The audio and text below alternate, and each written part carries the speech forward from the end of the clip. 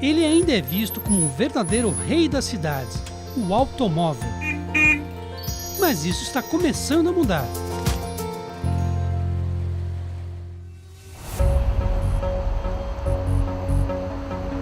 Já tem gente percebendo que o carro não pode continuar sendo o soberano do asfalto e, por isso, busca alternativas de transporte.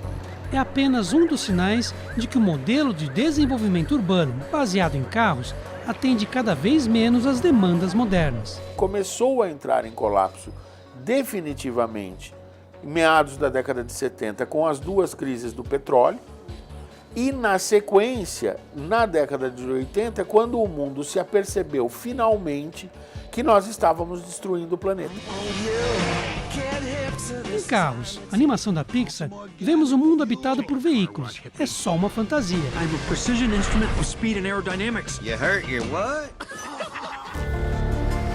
Mas olhando para a cidade de São Paulo, a ficção parece realidade. Basta ver os números. Ela tem mais de 8 milhões de carros que dominam as ruas, causando engarrafamentos, poluição e irritação.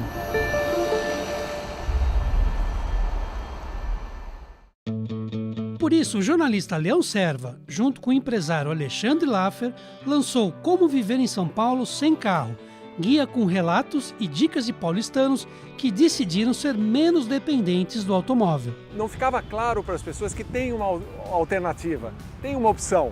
E a opção é abandonar o automóvel, ou reduzir o uso do automóvel ou abandonar o uso do automóvel. Essa alternativa merece ser levada a sério. Afinal, o trânsito intenso não causa apenas poluição e engarrafamentos. Ele também afeta a saúde física e mental de quem dirige.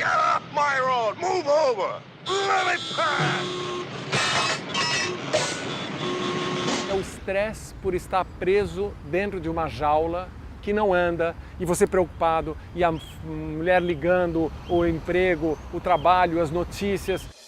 Segundo uma pesquisa feita em 9 capitais do país, 63% dos trabalhadores percorrem até no máximo 20 quilômetros diariamente para ir e voltar do trabalho. Muita gente prefere fazer essa viagem com o conforto do seu carro, mas esse é um conforto que sai caro. Um carro de 30 mil reais, se você somar o preço do automóvel, a manutenção, o IPVA, o seguro, o estacionamento e a gasolina, dá para a pessoa andar todo o trajeto, os 20 km por dia de táxi, lendo confortavelmente, falando ao telefone, sem tomar multa, e ainda assim ele vai economizar dinheiro.